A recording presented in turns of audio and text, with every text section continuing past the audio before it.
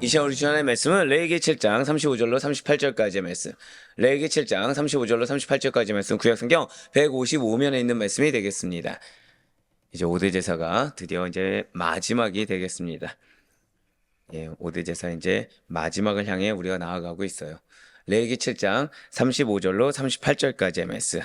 자, 우리 한 절씩 교독하신 후에 마지막 38절 말씀 한 목소리로 합독하도록 하겠습니다. 레위기 7장 35절로 38절까지 말씀 제가 먼저 읽겠습니다. 이는 여호와의 화제물 중에서 아론에게 돌릴 것과 그의 아들들에게 돌릴 것이니 그들을 세워 여호와의 제사장의 직분을 행하게 한 날, 곧 그들에게 기름 부은 날에 여호와께서 명령하사 이스라엘 자손 중에서 그들에게 돌리게 하신 것이라. 대대로 영원히 받을 소득이니라. 이는 번제와 소제와 속죄제와 속건제와 위임식과 화목제의 규례라.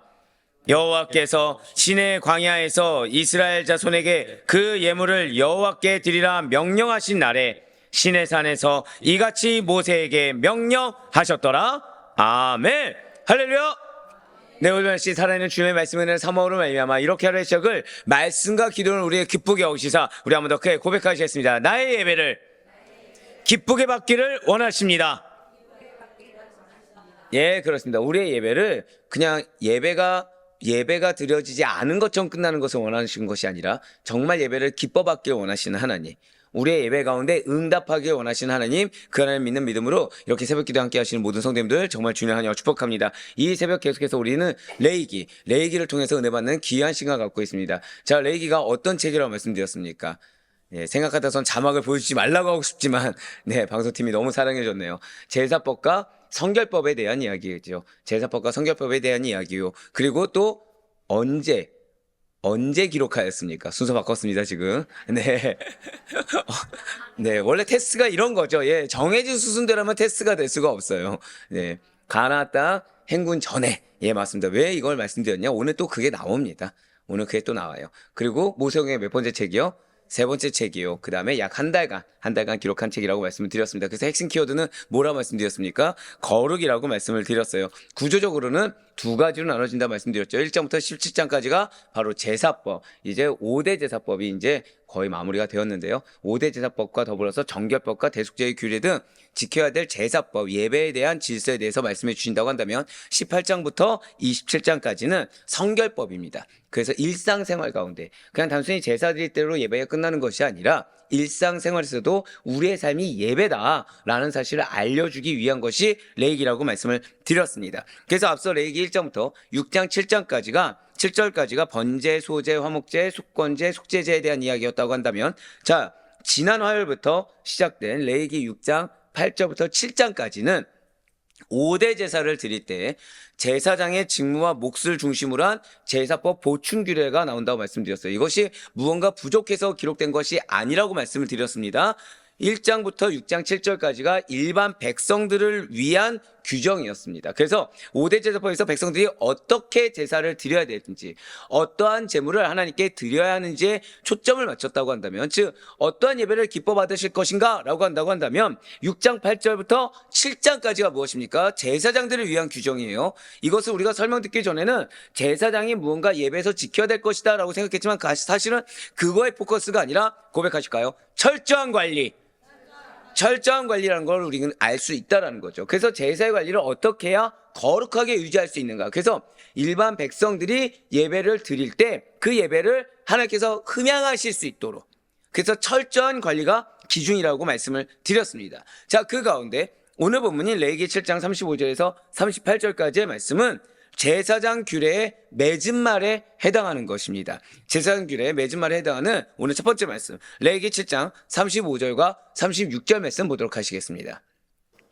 이는 여호와의 화제물 중에서 아론에게 돌릴 것과 그의 아들들에게 돌릴 것이니 그들을 세워 여호와의 제사장의 직분을 행하게 한 날, 곧 그들에게 기름 부은 날에 여호와께서 명령하사 이스라엘 자손 중에서 그들에게 돌리게 하신 것이라. 대대로 영원히 받을 소득이니라. 아멘. 솔직하게 말씀을 드리면 너무 중요한 내용들이 많다 보니까 오늘 이 새벽 기도에는 그냥 이 한 절에 하나 이상을 못 건드릴 정도입니다. 이게 맺은 말이니까 항상 드릴 말씀이 있죠. 서론과 결론이 중요하다 안 중요하다? 매우 중요하다고 했잖아요.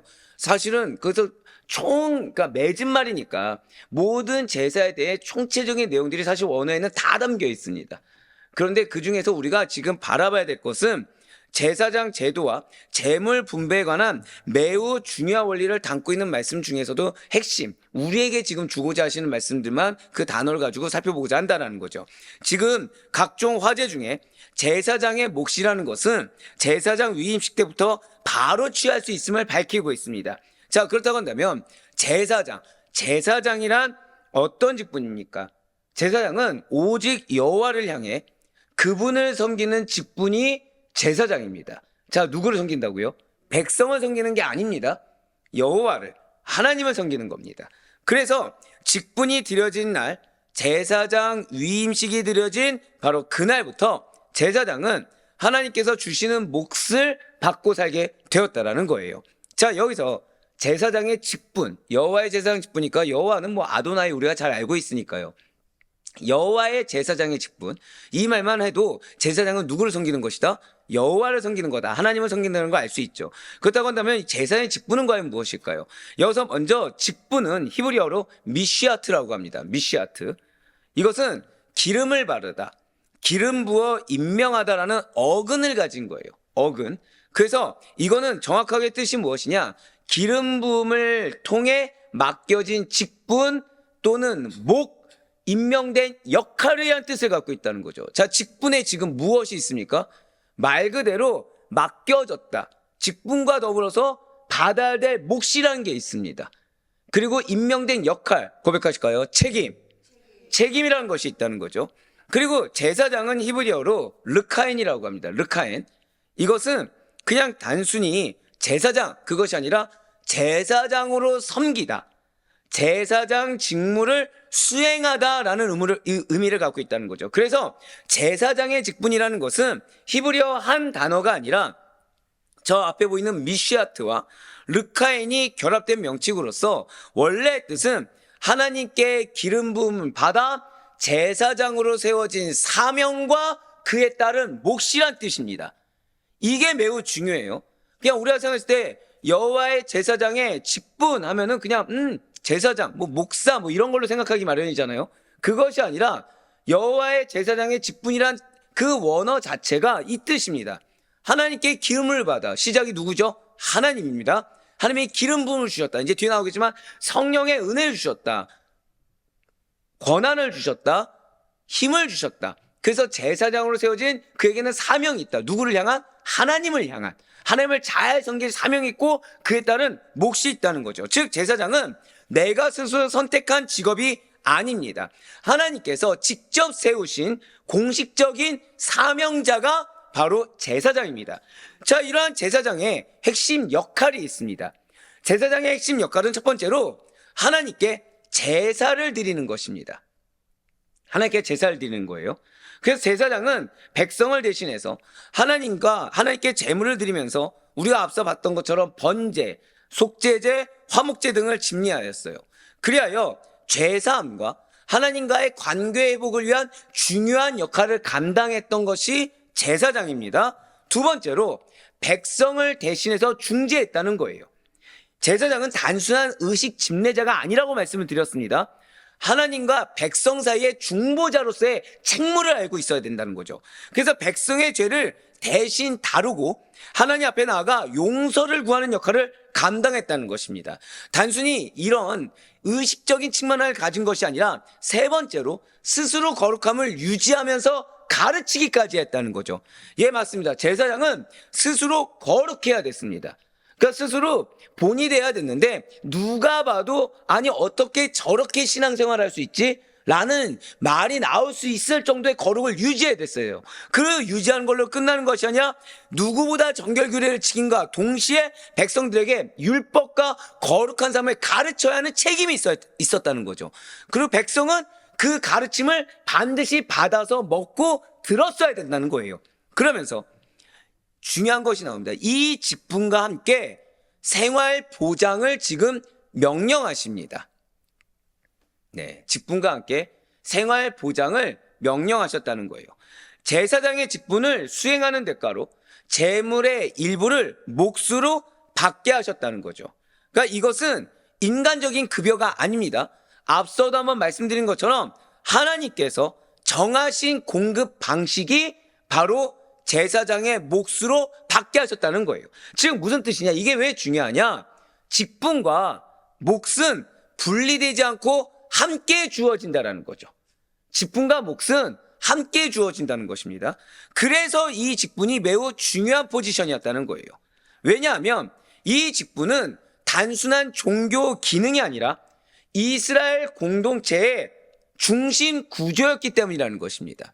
그래서 하나님과의 관계 유지와 죄 문제 해결을 위해서, 그리고 공동체의 영적 질서 유지를 위해서 반드시 필요했던 직분이 제사장직이었습니다. 그렇기 때문에 지금 여호와의 제사장의 직분이라는 것은 하나님께서 친히 세우신 중보자로서 제사를 드리고 백성을 대신하며 거룩함을 유지하는 총체적 사명이 제사장의 직분입니다. 그렇습니다. 그래서 여기서 지금 중요한 게 무엇이냐? 직분과 몫은 분리되지 않고 함께 주어진 거라는 거예요. 하나님께서 제사장의 몫을 친히 정해주신 이유는 아론과 그의 자손들이 이 제사장의 직분을 감당하면서 오직 하나님의 일을 잘 감당할 수 있도록 한, 즉 백성들의 그때 사명이 뭐라고 그랬죠? 제사장은 거룩을 유지할 수 있도록, 제사장은 오직 하나님의 일만을 감당할 수 있도록 도와야 되는 게 백성들의 사명이라고 말씀드렸어요. 자, 그것이 바로 하나님의 질서이자 뜻이며 배려가 있었기 때문에 이 직분과 몫은 분리되지 않고 함께 주어진 것이 된다는 것입니다. 진실로 하나님께서 맞습니다. 자신의 일꾼을 세우실 때 그 일을 잘 감당할 수 있도록 모든 여건까지 함께 마련해 주십니다. 하나님께서는 즉 일꾼을 세웠다, 직분자를 세웠다라고 했을 때 사명만 맡기고 방치하신 분이 아니라는 거죠. 하나님께서 어떤 사람을 부르시고 그 사명을 맡기셨다. 그것이 내가 생각한 것과 다른 일이라고 하더라도 하나님께서 갑작스럽게든 계획적이든 그 사명을 맡기셨다고 했을 때는 이미 그 사명을 감당할 수 있는 힘과 능력까지 함께 주셨다는 거예요. 그러므로 하나님의 일을 맡은 사람은 세상적인 염려에 사로잡혀서 일을 감당하지 못한다? 이거는 존재할 수가 없는 것입니다. 그래서 내가 그 일을 감당할 수 있을까 하는 두려움과 의심에 머물러서도 안 된다는 거죠. 직분과 몫이 무엇이라고요? 직분과 몫은 분리되지 않고 함께 주어진 것입니다. 그럼에도 불구하고 우리들의 실제 모습은 종종 그렇지가 않다라는 거예요. 우리는 교회든 가정이든 직장이든 어떠한 위치를 맡고 거기에 대해서 하나님의 일을 결단하면서도 무언가 일이 주어졌을 때 가장 먼저 생각하는 게 자신의 능력을 따지고 현실적인 조건을 계산한다는 것입니다. 그래서 내가 과연 이 일을 잘할 수 있을까? 또는 내가 이걸 경제적으로 감당할 수 있을까? 내가 시간적인 여유가 될까라는 생각이 앞선다는 거죠. 하지만 그것은 신앙의 출발점이 결코 아닙니다. 반드시 잊지 마시기 바라요. 우리가 제일 먼저 점검해야 될 것은 나의 어떤 코스트, 나의 어떤 능력, 나의 어떤 달란트가 아닙니다. 그 일이 하나님께로부터 온 것인가? 그 일이 하나님께로부터 온 것인가는 바로 이 질문이라는 거예요. 내가 맡은 직분이 하나님께서 세우신 자리인지 아니면 내가 원하는 자리인지, 지금 내가 감당하려는 일이 하나님께서 원하시고 맡기신 일인지 아니면 내가 하고 싶은 일인지를 분별하는 것이 우선입니다. 때로는 내가 하기 싫을 때도 있죠.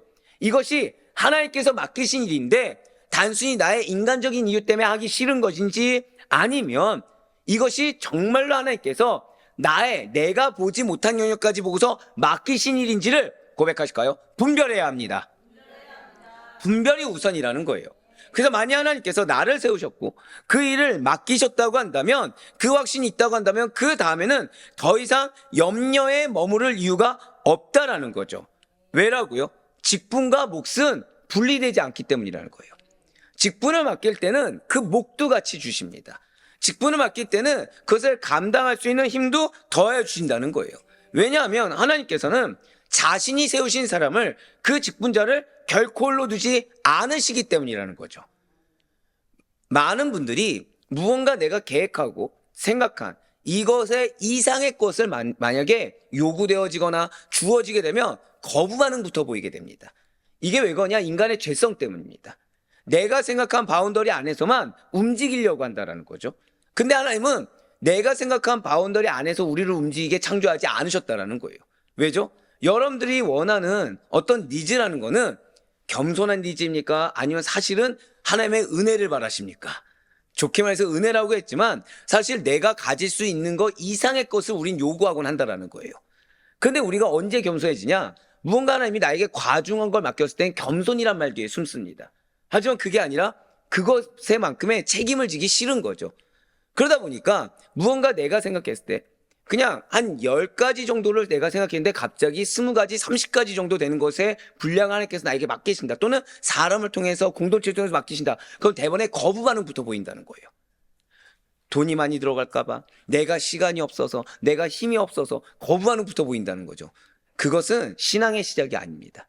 그것은 하나님께 부름받은 자의 시작이 아니라는 거예요. 잊지 마세요. 부르실 때는 주권은 하나님께 있는 겁니다.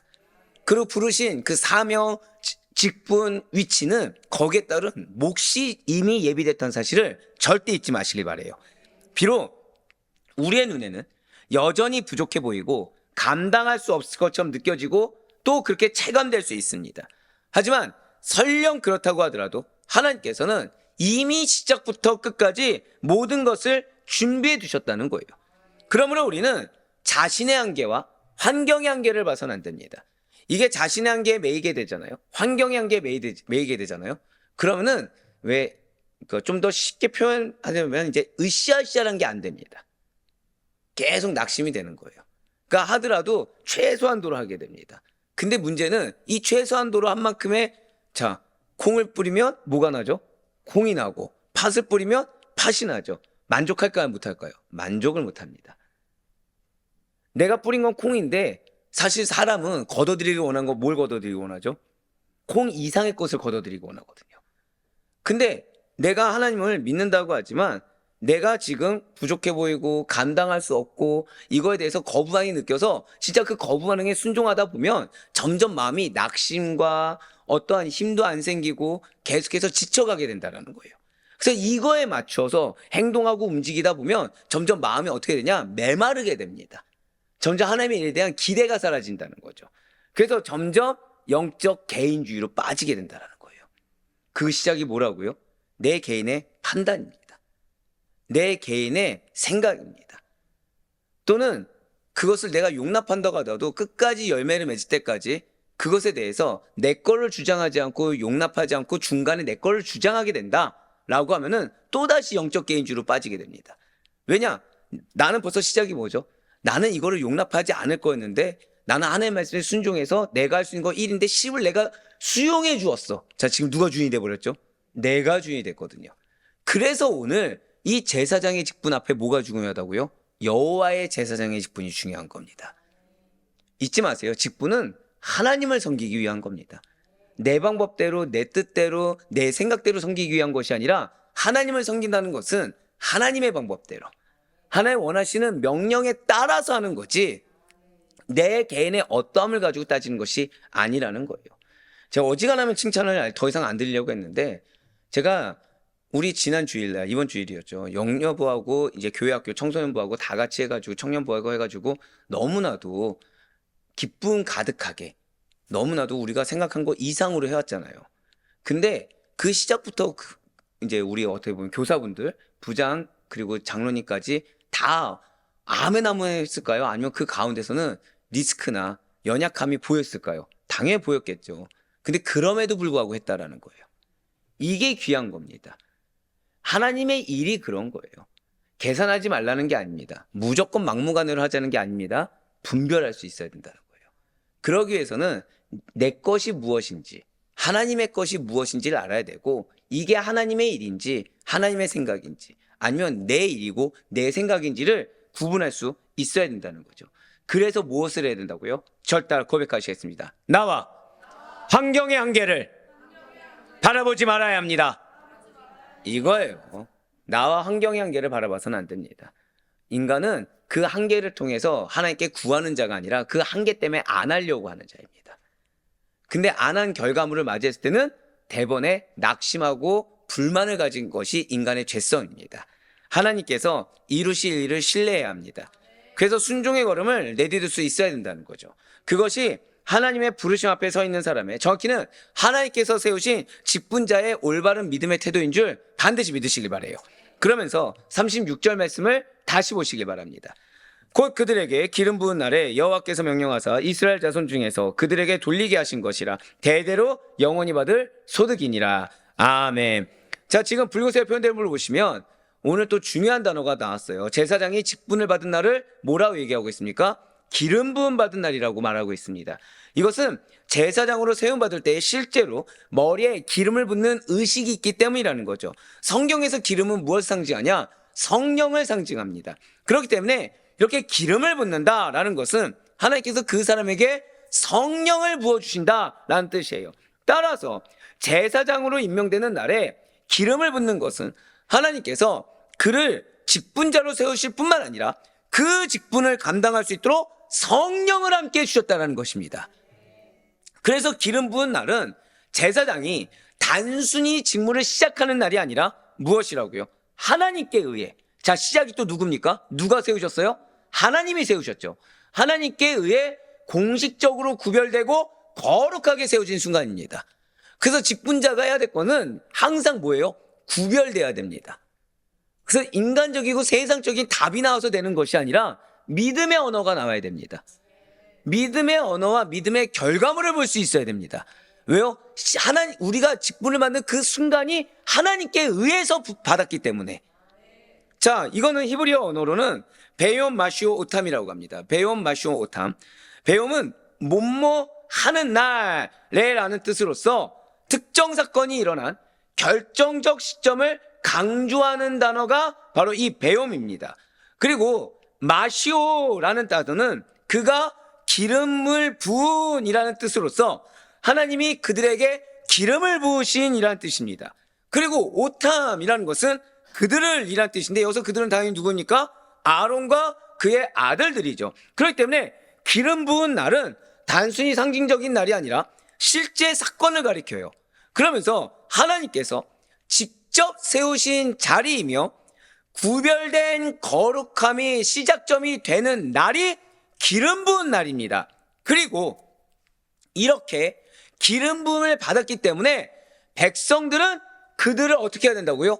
공급해야 한다라는 선포가 내려진 날이 기름 부음 받은 날입니다. 그래서 기름 부은 날은 하나님께서 아론과 그의 자손을 제사장으로 공식 임명하고 거룩하게 구별하신 역사적인 순간이며 그들의 사명과 생활 보장이 시작된 기준점이 되는 날이 기름 부은 날입니다. 바로 이 날 하나님께서 성령을 부어주셨다는 거예요. 바로 이 날 하나님께서 능력을 더해 주셨다는 거죠. 자, 그렇다고 한다면 하나님께서는 왜 제사장을 세운 날에, 왜 직분을 세운 날에 성령을 부어주신 것입니까? 잊지 마셔야 돼요. 성령의 도우심이 없이는 그 어떠한 직분도 감당할 수 없기 때문입니다. 거꾸로 말씀드리면 성령님께 순종하지 않고서는 직분을 온전히 감당할 수가 없다는 거죠. 자, 이제 아까 그 말씀이 생각나시죠? 내 자신의 한계와 환경의 연약함, 누구의 생각입니까? 내 생각이죠. 그럼 나는 지금 성령님을 따라 순종하는 겁니까? 내 생각을 주장하는 겁니까? 내 생각을 주장하는 거죠. 그래서 기름 부음 받은 날에 여러분들이 직분을 받은 그 첫 시작을 하나님에 의해, 이게 그래서 중요합니다. 그래서 직분을 감당하는 평생 동안 누구의 말씀만 따라야 되냐? 하나님의 말씀과 성령의 은혜만을 따라야 된다는 거예요. 내 생각인지 이게 성령님의 뜻인지를 구별하지 않으면 내가 내 말을 하면서도 이게 틀린 말인지를 모를 수밖에 없다는 거죠. 그렇다고 한다면 나는 지금 하나님의 의에 기름 부음 받은 자로 나아가는 것입니까? 나의 의에 살아가고 있는 겁니까? 나의 의에 살아가는 거죠. 그래서 직분자들이 상처를 받거나 직분자들이 낙심한 일이 생긴 이유가 바로 여기서 시작합니다. 나를 하나님이 세우셨다. 목회자를 하나님이 세우셨다는 사실을 놓쳤을 때 거기에서부터 인간적인 어떠함이 들어가면서 마음에 낙심이 생기고 어려움이 생기고 트러블이 생기게 된다라는 거예요. 우리 한번 고백하실까요? 나는 하나님에 의해 세움받았습니다. 한번 더 고백하실까요? 직분은 오직 성령님을 따라. 이걸 잊지 마셔야 된다는 거예요. 이걸 잊지 마셔야 된다는 거예요. 그래서 제가 아까 칭찬을 다시 한 번 더 한 거예요. 교회 학교라고 해서 인간적인 계산이 안 서겠습니까? 근데 인간적인 계산이 있지만 뭐에 순종했죠? 계산에 따라 나아간 것이 아니라 성령님의 뜻에 따라 나아갔기 때문에 선한 결과물이 나온 거죠. 게다가 이번 주일날 비 왔습니까? 안 왔습니까? 비 왔죠. 근데 최선으로 활용하셨죠. 그냥 우리가 개척교회니까 이 말에만 만약에 머물러 있었다고 한다면 하지 않았을 거예요. 그냥 한번 여쭤볼게요. 여러분들, 저는 설교를 개척교회답게 하고 있는 것 같습니까? 대형교회처럼 하는 것 같습니까? 저는 죄송하지만 저는 충역교회 기준으로 하고 있습니다. 축복이 있을지어다. 그러면은 죄송하지만 여러분들도 어떻게 가셔야 돼요? 예, 그렇게 가셔야 돼요. 돈을 그렇게 쓰자는 게 아닙니다. 마인드를 그렇게 가지셔야 돼요. 마인드를 그렇게 가지고, 그래서 근데 문제는 우리가 가진 한계라는 게 분명히 존재할 수 있잖아요. 그래서 무엇을 구해야 되죠? 계속 성령님의 뜻을 따라가는 거예요. 그렇지 않고 우리 환경을 따지면 우린 아무것도 할 수 없습니다. 제가 만약에 우리 환경 따지면 뭐 할 수 있었겠습니까? 제가 만약에 우리 환경 따지면 저는 말씀드렸잖아요. 제일 먼저 새벽 기도부터 없앴을 거라고. 아니겠습니까? 설교는 절반 이상으로 줄여야 되죠. 여러분들, 그럴 생각이 없어요. 예. 그럴 생각 1도 없습니다. 그렇게 안 하셔도 돼요. 예. 저는 그럴 생각이 있었으면 시작도 안 했을 겁니다. 예. 왜냐면은 많은 교회들이 실제로 2023년도에 개척을 했습니다. 근데 그 개척한 교회들이 대다수가 새벽 기도를 안 하고 있어요. 수요 예배 안 하고 있습니다. 금요철에 안 하고 있습니다. 대다수는 주일 예배. 주일도 보통은 찬양 위주로 드립니다. 말씀보다 무엇을 하고 있다고요? 찬양 위주로 하고 있습니다. 근데 저는 우리 교회는 롤모델이 돼야 되는 교회라고 생각하고 있어요. 롤모델도 교회의 본질적인 거.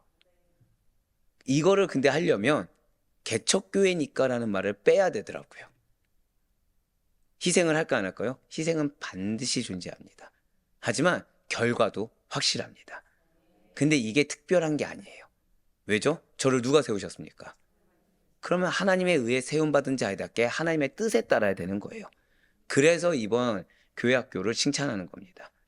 그냥 우리는 개척교회니까 여기에 사로잡히지 않았고 하나님이 주신 은혜대로 하셨어요. 성령님의 뜻대로 했다라는 거예요. 코스트 걱정 안 하겠습니까? 당연히 됐겠죠. 근데 순종하고 하셨다라는 거예요. 그게 직분자의 자세입니다. 잊지 마세요. 직분자는 끝까지 성령의 도우심을 구해야 되고 끝까지 성령의 뜻을 따라야 되며 내 뜻이 아니라 말씀 따라 비전 따라 나아가는 것이 직분자요 하나님의 세움받은 자는 사실을 절대 잊지 마시길 바래요. 예, 맞아요. 직분은 성령의 도우심 없이는 감당할 수가 없습니다. 그래서 제가 직분자들에게 늘 항상 기도와 말씀을 강조하는 이유가 그겁니다. 그거 외에 다른 신학 없겠습니까? 예, 쓰고 있는 게 책이 몇 개인데요. 당연히 있죠. 근데 그보다 항상 본질적인 걸 가르치는 이유가 바로 그겁니다. 말씀의 도우심, 성령의 도우심만을 받으셔야 되기 때문이라는 거예요. 진실로 하나님께서 맡기신 일은 결코 사람의 힘과 능력으로 감당할 수 있는 것이 아니라 성령의 능력으로 감당할 수 있는 일이라는 사실 잊지 마시길 바래요. 이 가운데 나는 예수님보다 뛰어나다 있으십니까? 없죠. 잊지 마셔야 돼요. 예수님께서도 공생애를 시작하기 전에 요단강에서 뭐 받으셨죠? 세례 받으셨죠. 세례 받을 때 말씀이 뭐가 내렸다고 합니까? 성령이 내리셨어요. 이는 메시아로서의 사역조차 뭐의 도우심 없이는, 성령의 도우심 없이는 이루어질 수 없음을 보여주는 것입니다. 그러니 우리가 일상의 삶을 또는 교회의 일을 나의 어떠한 비전을 따라 나아가는데 기도하지 않고 성령의 도우심 없이 내 뜻만 주장하면서 어떻게 할 수가 있겠습니까? 잊지 마세요. 우리는 환경에 맞추어 살아가는 자들이 아니라 성령의 뜻에 따라 성령의 비전을 이루며 살아가는 자들이 성도란 사실을 잊지 마시길 바래요. 그러므로 교회의 직분을 맡은 사람, 그리고 또한 나에게 맡겨진 영혼이 있다, 믿지 않는 영혼이 있다라고 한다면 그 사람은, 그 영혼은 자신의 경험이나 능력, 생각과 판단을 의지하는 것이 아니라 날마다 기도와 말씀으로 하나님께 나아가며 성령의 도우심을 구해야 된다는 사실을 잊지 마시길 바래요. 그것이 하나님께서 맡기신 사명을 감당하는 유일한 길인 것입니다. 자, 좋아요. 그렇다면 여러분과 저의 사역의 삶은 이제 어떠해야 되겠습니까? 하나님께서 맡기신 자리에 제사장적 사명을 감당하며 살아가야 돼요.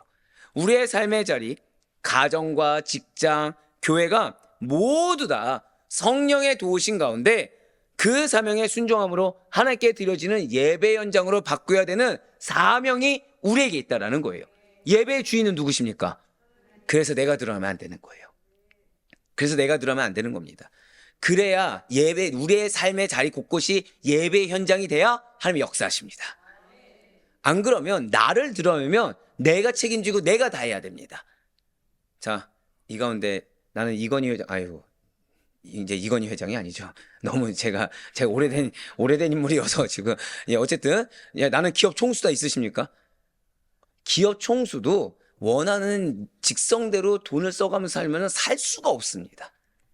살 수가 없어요. 죄송하지만 사회생활 했을 때 연봉이 꽤 높았습니다. 벌면 벌수록 부족한 게 돈이더라고요. 벌면 벌수록 돈으로 될 수 있는 게 아니에요. 사람을 바꾸고 환경을 바꾸는 것은 오직 단 하나, 하나님께서 역사하셔야 됩니다. 하나님의 역사는 오직 단 하나. 한 번 더 고백하시겠습니다. 나의 삶이 예배가 되어야 합니다. 바로 그렇습니다. 그러니 하나님께서 나에게 직분을 맡기셨고 나에게 사명을 맡기셨다면 그 직분을 감당할 수 있는 능력, 그 사명을 감당할 수 있는 능력 또한 오직 성령의 도우신 가운데 반드시 공급하신다는 것을 기억하시길 바랍니다. 그러니 두려움이 아니라 믿음으로, 계산이 아니라 순종으로 나아갈 수 있는 여러분과 제가 되길 간절히 소망합니다. 이제 오늘 본문인 레위기 7장 37절과 38절 말씀 보도록 하실게요. 이는 번제와 소제와 속죄제와 속건제와 위임식과 화목제의 규례라. 여호와께서 시내 광야에서 이스라엘 자손에게 그 예물을 여호와께 드리라 명령하신 날에 시내산에서 이같이 모세에게 명령하셨더라. 아멘. 지금 이게 정말 된다면 제가 원어로 다 풀어드리고 싶을 정도예요. 앞에서 설명된 모든 제사의 규례들을 마무리하며 요약하는 구절이 이 두 구절입니다. 이게 우리가 봤을 때 되게 짧잖아요. 이게 그 두 구절입니다. 요약하면서 마무리하는 규례들. 그러니까 단순 반복처럼 보일 수 있죠. 하지만 이 두 구절에 제사제도의 전체 구조와 핵심을 한 번에 정리해주는 매우 중요한 구절이 이 37절, 38절입니다. 자, 지금 번제와 소제와 속죄제와 속건제 그리고 위임식과 화목제에 이르기까지 구약시대를 대표하는 5가지 아니죠? 6가지 제사와 제사장 위임 규정이 다 지금 누가 주셨다는 거예요? 하나님께서 주셨다는 겁니다. 다 하나님께서 주신 질서다. 그 질서에 순복해야 된다라는 걸 다시 한 번 더 강조해서 선언하고 있습니다. 자, 이것은 단순한 반복이 아니죠. 이 모든 제사 제도가 하나님께로부터 시작된 거룩한 예배의 책이라는 사실을 다시 한 번 더 강조하기 위함이라는 거예요. 성경의 반복은 왜라고요? 중요하기 때문이죠. 자, 그런데 제가 분명히 레위기는 2가지 구조로 나누신다고 그랬죠. 1장부터 17절까지가 어떤 내용이요?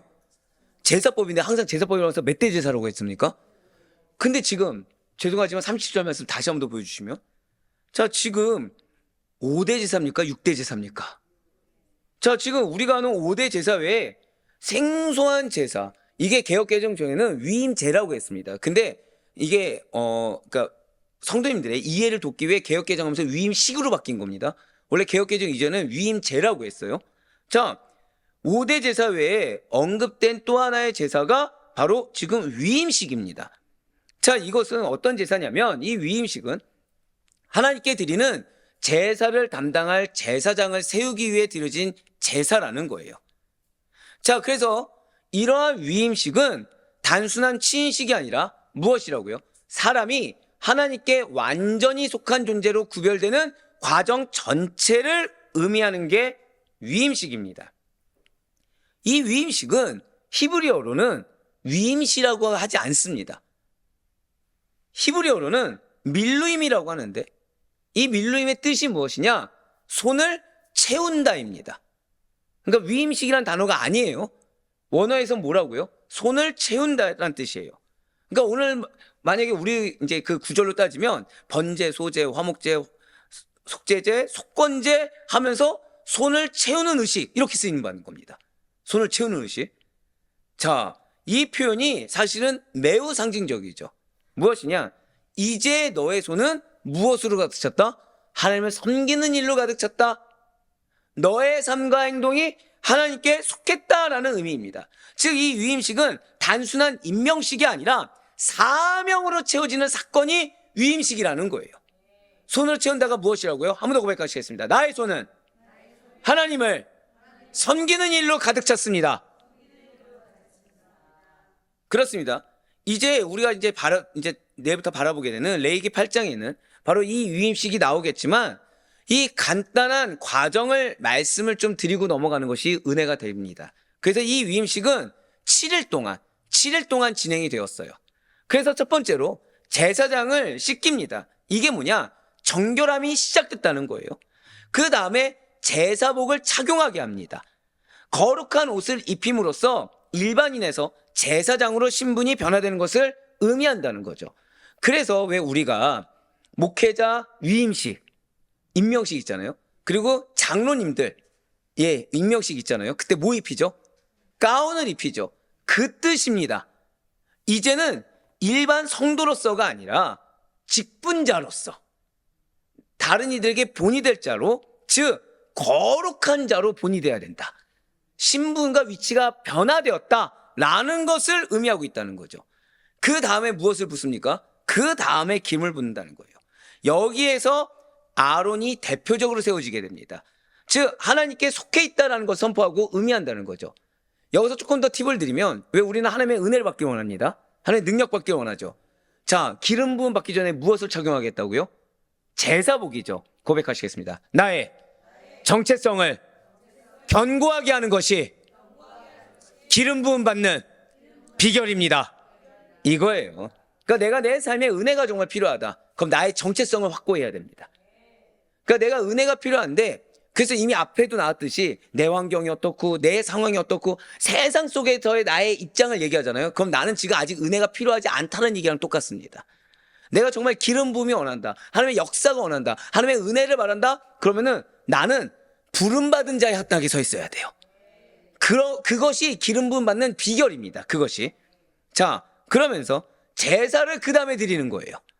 즉 제사 드리는 것은 정체성으로 확고하게 거룩하게 구분되어 서 있는 상태에서 하나님의 은혜를 덧입은 후에 제사를 드리는데, 바로 이때 속죄제를 먼저 드립니다. 자, 첫 번째가 뭐예요? 속죄제입니다. 그 다음에 번제를 드립니다. 그러면서 위임식 제사로 넘어가는 거예요. 그러면서 그게 뭐죠? 손채움 의식. 이제 좀 이해가 되시죠? 손채움. 위임식이 뭐라고요? 손을 채운다. 손채움 의식이죠. 그러니까 제물을 손에 들고서 요제 하나님께 이렇게 흔드는데, 이것이 바로 위임식의 핵심 시간이 된다는 거예요. 그리고 나서 7일간 회막을 떠나지 않습니다. 이게 뭐냐? 고백하시겠습니다. 완전한 준비와 순종. 7일 동안 결단하는 거예요. 7일 동안 그렇게 쓰임받는 겁니다. 그렇게 쓰임받는 거예요. 제가 보통 금식을 많이 하잖아요. 금식을 많이 하죠. 하루 이틀 하고 맙니까? 항상 장기간 합니까? 그 이유 중에 하나가 그겁니다. 제가 먼저 완전히 순종하겠습니다. 제가 먼저 완전히 복종하겠습니다.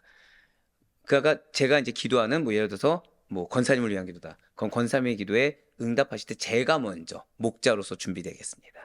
제가 먼저 목자로서 무릎 꿇겠습니다. 제가 먼저 순종하겠습니다. 항상 그렇게 먼저. 그래서 제가 여러분들을 질책하는 이유 중에 하나가 뭐죠? 남도 이렇게 기도하는데 여러분들 그렇게 안 하시냐고 질책하는 이유가 바로 그겁니다. 여러분들 금식에는 그렇다고 해서 장기간이 다 답은 아니에요. 그거는 이제 누군가는 하루 금식에도 은혜가 될 수 있고, 또는 금식이 아니어도 은혜가 될 수 있는 분들이 존재할 수 있습니다. 하지만 저는 사명 중에 하나가 그거기 때문이에요. 근데 할 때 기준이 이겁니다. 완전한 준비와 순종을 하나님께 결단하고 서원해야 되는 거. 그 가운데 기도를 드리는 거라는 거죠. 그걸 누가 했어요? 제사장이 위임식 과정 중에 먼저 했다는 겁니다. 이렇게 복잡한 절차, 굉장히 복잡하죠. 이 절차를 치르는 이유가 있습니다. 이유가 무엇일까요? 고백하시겠습니다. 하나님은 거룩하십니다. 거룩하시기 때문이에요. 그러니까 여러분들에게 하나님께서 때로 말씀을 주시고 또 순종을 요구하시는 것이 너무나도 복잡다단할 수 있습니다. 예를 들면, 자, 말씀, 저희 설교 말씀 어떻게 심플합니까? 복잡합니까? 복잡하죠. 하나님 거룩하시기 때문이에요. 근데 왜 이렇게 복잡한 말씀 주십니까? 기름 붓기 위해서, 역사하기 위해서입니다. 여러분들, 신앙은 심플한 게 맞습니다. 근데 그 심플은 뭐에 심플하냐? 그냥 아멘입니다. 거기서 심플한 거지, 하나님의 말씀, 하나님을 따르는 길, 복잡한 게 맞습니다. 근데 복잡하기 때문에 이 복잡한 게 왜 중요하냐? 복잡한 걸 내가 계산이 가능할까요? 불가능할까요? 불가능하죠. 그래서 내 생각, 내 판단을 버리고 그냥 아멘 따르는 겁니다. 왜? 우리 중에 그 누구도 하나님의 결과물을 알 수가 없기 때문에, 하나님의 인도하신 길을 알 수 없기 때문에. 그러니까 지금은 내가 너무나도 힘들 수 있어요. 내가 십자가일 수 있고, 왜 내가 이렇게까지 해야 되라는 생각이 들 수 있습니다. 하지만 이 길의 끝은 누구만 하신다고요? 하나님만이 아시기 때문에 내가 여기서 난 이만큼만 해야겠다, 저만큼만 해야겠다 결정할 수가 없다는 거죠. 맞아요. 복잡한 절차 치른 이유가 무엇이라고요? 하나님은 거룩하시기 때문에, 거룩하게 역사하기 위해서 복잡한 절차를 치르게 하는 것입니다. 그래서 제사장은 아무나 될 수가 없고 준비 없이 설 수도 없다라는 거예요. 그래서 이러한 위임식은 바로 제사장의 손을 하나님의 사명으로 채워서 그 존재와 삶 전체를 하나님께 드리도록 만드는 완전한 헌신과 구별의 의식이 바로 위임식인 것입니다. 이러한 위임식이 지금 5대 제사와 나란히 언급됐어요. 그러니 이 위임식이 얼마나 중요한 것입니까? 그리고 결국 이것은 아론과 그 자손들이 위임받은 제사장이라는 직분이 얼마나 귀하고 얼마나 중요한 직분인지를 증거해주고 있으며, 아무나 할 수 있다 없다? 없다라는 걸 보여주고 있다는 거예요. 맞습니다. 직분자 목회자는 구별돼야 됩니다. 그래서 일반 성도님들이 봤을 때 와, 존경할 만하다, 어떻게 저렇게까지 할 수 있나 라는 고백이 절로 나와야 되는 게 목회자와 중직자들입니다. 하나님은 그러한 완전한 헌신과 구별로 우리를 부르셨어요. 진짜 아멘 해주셔서 감사합니다. 왜냐면 부담되는 얘기가 맞거든요. 자, 여기서 나는 직분자가 되길 원했다, 나는 장로님도 계신데 난 장로가 되길 원했다, 그거 아십니까? 장로님 중에 열의 9은 저는 부족합니다, 전 아직 준비가 안 됐습니다입니다. 네, 아무도 원하는 사람은 없어요. 근데 이미 말씀드렸죠. 제사장의 직분 앞에 뭐가 있었습니까? 여호와의, 내가 되는 게 아니에요. 권사님도 역시 마찬가지죠. 권사님들 중에서 나는 권사 되고 싶다, 열의 9은 다 자기가 원치 않습니다. 근데 직분은 누가 주신다고요? 하나님이 주시는 겁니다. 주셨으면 하나님의 의에 살아가야 돼요. 그러기 위해서는 하나님이 부르셨을 때 부르심의 그거를 내가 알 수가 없기 때문에 나는 무조건 뭐 해야 된다고요? 아멘하고 따르는. 그렇게 했을 때 그 인생의 책임은 누가 지십니까? 하나님이 지시는 거예요. 그렇습니다. 그렇기 때문에 아론과 그의 자손들은 자신들의 직분에 대해서 자부심을 가질 수밖에 없죠. 왜죠? 하나님께서 선택하셨고 아무나 할 수 있는 것이 아니라는 자부심. 그 자부심을 또 지키기 위해 많은 노력을 했다는 것입니다. 하나님은 지금 여러분들에게 여러분들의 직분에 뭘 갖길 원해요? 자부심을 갖길 원하세요. 자부심을 갖고 뭘 하길 원하십니까? 지키기 위한 노력을 하길 원하신다는 거예요. 그거를 도피하기 위해서 난 내가 원하지 않았으니까 나는 안 할 거야가 아니라 하나님이 세우셨다라는 그 믿음 가운데, 아니 이건 믿음도 아니죠, 하나님께 세우셨다는 말씀의 명령 가운데 아멘으로 순복할 수 있어야 된다는 거예요. 그리고 이처럼 또 하나, 그러면은 일반 집사님들과 성도님들은 괜찮냐? 그런 인간이 아니죠. 이러한 귀한 제사장의 직분을 고백하실까요? 만인 제사장, 오늘날 모든 성도님들이 물려받으셨습니다. 이럴 줄 알았어요. 갑자기 장로님 아멘 나왔고요, 권사 아멘 나왔습니다. 예, 그쵸, 고통을 같이 짊어지자. 성경은 예수 그리스도 안에서 구원받은 모든 성도가 하나님의 거룩한 제사장이다라고 분명히 말씀하고 있습니다. 그렇다면 우리들은 나 자신이 그처럼 귀한 하나님의 제사장이라는 사실을 얼마나 깨달으며 분별하며 살아가고 계십니까? 혹시 내가 그처럼 귀한 신분이자 사명을 가진 직분자임을 인식조차 하지 못한 채 살아가고 계시지 않습니까? 사랑하는 성도 여러분들, 세상 사람들 한번 보시길 바라요. 그들이 조금만 높은 자리에 앉거나 사회적으로 인정받는 신분이 되면 얼마나 그것을 자랑하며 살아갑니까? 제가 저는 저희 부모님한테 굉장히 미안한 게 많죠. 근데 한 번 섭섭함을 표현한 적이 있습니다. 제가 이제 회사 생활했을 때 그래도 이제 위에 한 분만 남고 다 이제 밑에 있을 때가 있었어요. 어머니가 좋아하셨을까요? 안 좋아하셨을까요? 너무 좋아하신 거예요. 너무 좋아하신 거예요. 근데 그렇게 되고 나서 몇 달 있다가 결혼이라는 걸 하고, 결혼을 하고서 몇 달 있다가 제가 다 내려놓고 목회를 하겠습니다 했을 때 정말 와, 그 어머니와 아버지의 장탄식은 잊을 수가 없습니다. 잊을 수가 없습니다.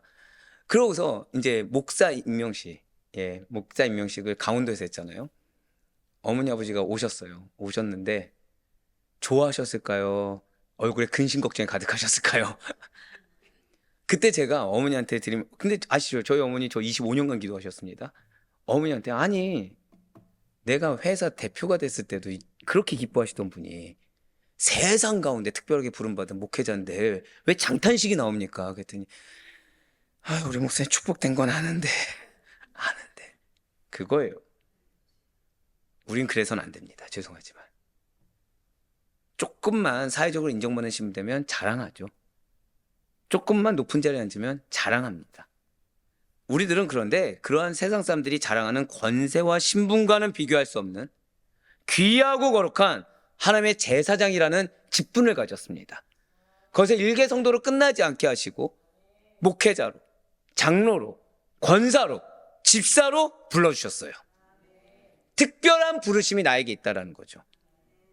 그것을 누가 주셨다고요? 한 번 더 고백하시겠습니다. 하나님께서 나를 택하시고 나에게 기름을 부어주셨습니다. 그 자부심을 가져야 돼요. 그 책무를 가져야 됩니다. 그래서 앞서 말씀드렸던 것처럼 여호와의 제사장의 직분인 것처럼 하나님의 직분이란 사실을 절대 놓쳐서는 안 됩니다. 만약에 그걸 놓치게 된다면 나는 나의 입장, 나의 인간적인 거, 나 드러내다가 하나님 앞에 질책받는 자로 끝나게 된다는 거예요. 아닙니다. 우리는 언제나 하나님 앞에서 하나님께서 나를 부르셨음을 믿고 하나님께서 친히 주신 말씀을 신뢰함으로 그 질서와 뜻에 순종하며 살아가야 된다는 거죠. 왜요? 너무나도 중요한 말씀이 이제부터 선포됩니다. 지금까지 중요했지만 사실은 더 핵심이 있어요. 레위기 7장 38절 말씀을 다시 한번 보도록 하실게요. 여호와께서 시내 광야에서 이스라엘 자손에게 그 예물을 여호와께 드리라 명령하신 날에 시내 산에서 이같이 모세에게 명령하셨더라. 아멘. 자, 지금 이러한 규례들을 어디에서 어떤 배경 속에서 주어졌는지를 다시 상기시켜주고 있습니다. 우리 이 말씀 보면 시내산에서 선포됐나 보다 그렇게 알고 있죠. 아니에요. 출애굽기를 배운 우리들은 그렇게 생각해서는 안 됩니다. 자, 지금 이 규정들은 어디에서 회막이 세워졌습니까? 지금 시내산에서 세워졌죠. 시내산에서 회막이 세워진 이후에 하나님께서 누구를 통해, 모세를 통해 누구에게, 이스라엘 백성에게 직접 명령하신 거예요. 맞습니다.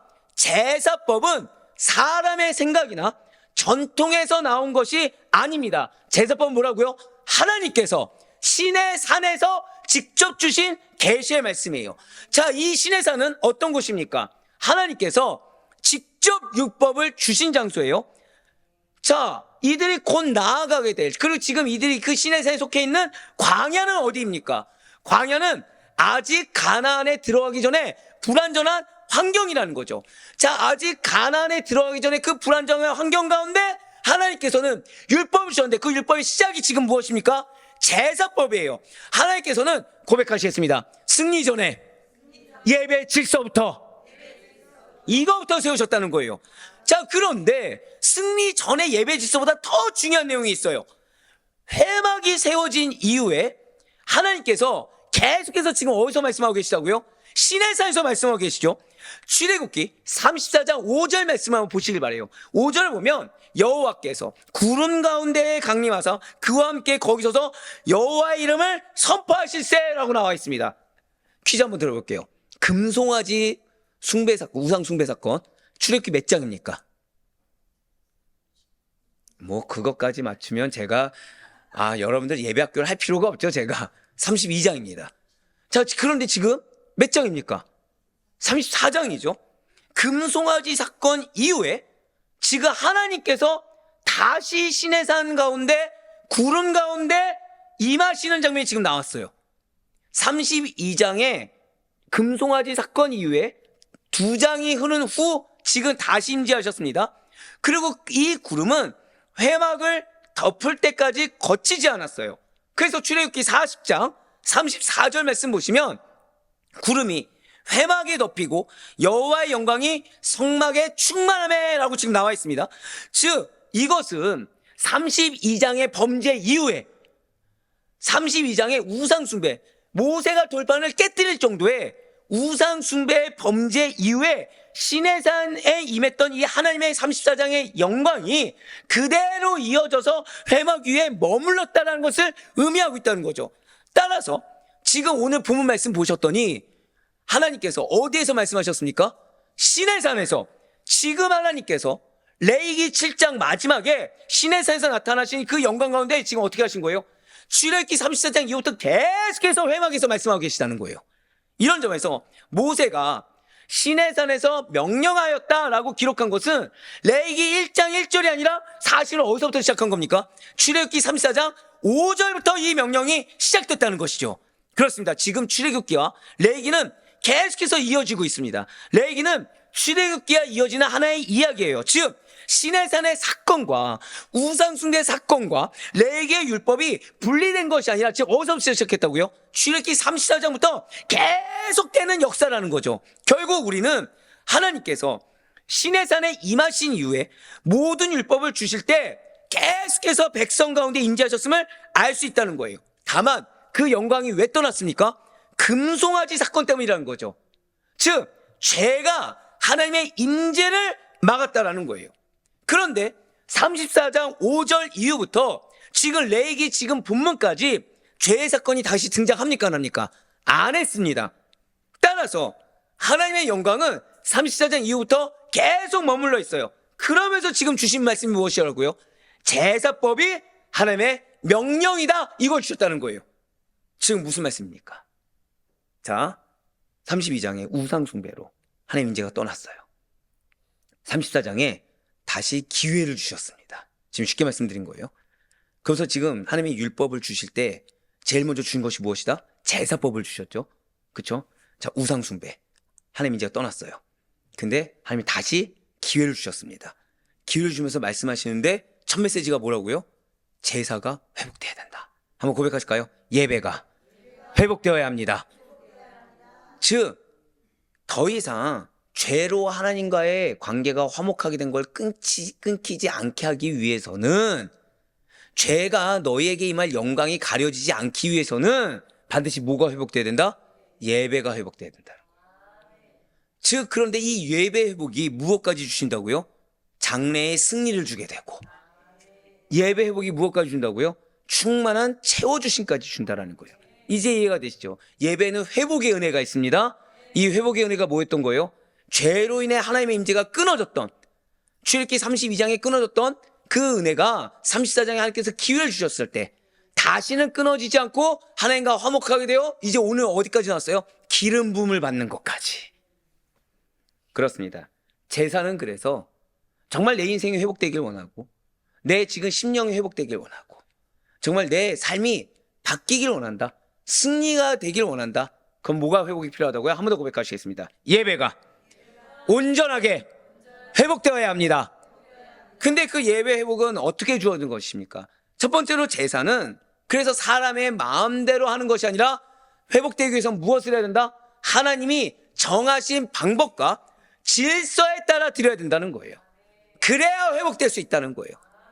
그러니까 내 입장과 내 환경 이것 따지면 회복될 수가 없습니다. 죄송하지만 하나님 명하신 대로, 그러면서 삶의 중심도 예배가 되어야 된다는 거예요. 좀 죄송하지만 내 삶에 무엇을 기준으로 움직여야 된다? 예배를 중심으로. 자, 우리가 보통 사회생활 할 때 휴가가 딱 잡히면, 한 6월 정도에 휴가 잡히면 6월부터 휴가 가기 전까지 모든 포커스가 어디에 맞춰져 있죠? 그겁니다. 우리의 모든 포커스가 어디에 있어야 돼요? 예배에 있어야 된다는 거죠. 왜죠? 하나님의 약속이 이루어질 것이기 때문에. 한 번 더 고백하실까요? 예배의 회복은 약속의 성취로 이어지게 됩니다. 광야 생활, 생존이 급한 상황에서도 가장 먼저 지금 주어진 것이 제사규례라는 것을 절대 잊지 말라는 거예요. 회복을 위해서, 승리를 위해서 무엇이 회복돼야 된다? 먼저 예배가 회복돼야 되는 것을 제일 먼저 주셨다. 이걸 놓치지 말라는 거죠. 마지막으로 죄가 하나님의 임재를 막았습니다. 그럼에도 불구하고 무엇을 주셨어요? 관계 회복의 길을 주셨어요. 그것이 무엇입니까? 제사라는 거죠. 결국 이 모든 제사는 하나를 향해 있다는 거예요. 한번 고백하실까요? 하나님과의 관계 회복. 맞습니다. 레위기 그래서 1장부터 7장까지는 제사 규례를 설명하면서 7장 37절과 38절은 그에 대한 결론의 요약으로 무엇을 얘기하죠? 모든 제사가 하나님과의 관계를 회복하기 위한 체계이므로 하나님의 질서에 순복하여 관계 회복을 반드시 이루어라. 이거예요. 이 이상 요약 명쾌하게 해드릴 수 없어요. 이겁니다. 결국 이것이 하나님의 기회를 놓치게 한다, 기회를 찾게 한다, 기회를 찾게 한다는 거예요. 결국 이것이 앞으로 놓여질 영적 전쟁 가운데 승리를 준다, 안 준다? 준다. 그거예요, 그거. 더 이상은 하나님의 인재가 끊어진 일이 없게 된다. 한번 고백하실까요? 나의 인생에 하나님의 영광을 반드시 보게 합니다. 자, 우리 성도 여러분들, 오늘 우리는 레위기 7장의 맺은 말을 통해 제사 규례의 마무리를 보았습니다. 이 복잡해 보이는 제사법의 핵심이 지금 결국 하나죠. 여러분들 지금 보이시는 노란색으로 표현된 것이 하나님께서는 자기 백성과 함께 하시기를, 아니 정확히는 친밀하기를 원하시고 그 관계를 회복하기 위해서 예배의 길, 근데 예배의 길은 무엇이라고요? 질서에 순복하는 예배의 길을 주셨다는 거예요.